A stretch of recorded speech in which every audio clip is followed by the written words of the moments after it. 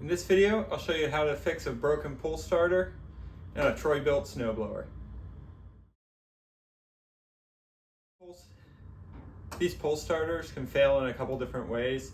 There's a recoil spring inside here that can break over time as it fatigues, or sometimes the rope breaks on these. Now you can replace the rope, or you can replace the spring on these. You can buy those parts fairly inexpensively, but what's even easier is if you can find an aftermarket, inexpensive pull start unit. Everything's in there, a couple bolts to swap it out, and you're ready to go. I'll show you how. There are 3 bolts that hold this starting unit on. One here, and one here. They take an 8mm socket, and all you need to do is go around and take them off.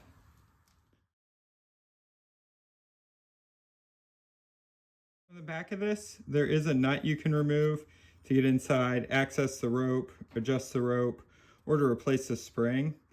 If you're buying these new, they can be close to $100 if you're buying them from the manufacturer. But these replacement units can be had for about $20. That's about what you'll pay for a new rope and spring. So you might as well just buy the new unit. I'll put a link right at the top of this video where you can buy this same one for this model of Troy-Bilt snowblower. So as soon as you've got the old one off, you can put this one on with the 3 bolts and test it out.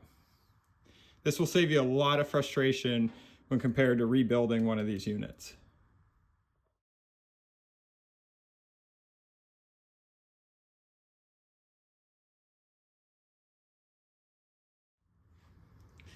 If you found this video helpful, give me a thumbs up and tell me about it in the comments. You can also subscribe to my channel for more helpful tips. Thanks.